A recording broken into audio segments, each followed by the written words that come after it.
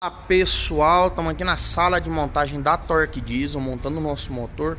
Gente, e é o seguinte, nós não somos melhor que ninguém, porém a gente sempre tenta dar o nosso melhor, né? Estamos aqui com as coisas todas organizadinhas. Nossa oficina não é a mais organizada do planeta Terra, mas a gente tenta sempre manter. E uma coisa, gente, olha, é difícil achar uma oficina com um cavalete de montagem, viu? Mas achar uma com dois tá aí, ó, sempre investindo, né? Ferramenta, os meninos aqui na estrutura. Tá lá o nosso brother Matheus fazendo um reparo na nossa linha de ar. Tá aí.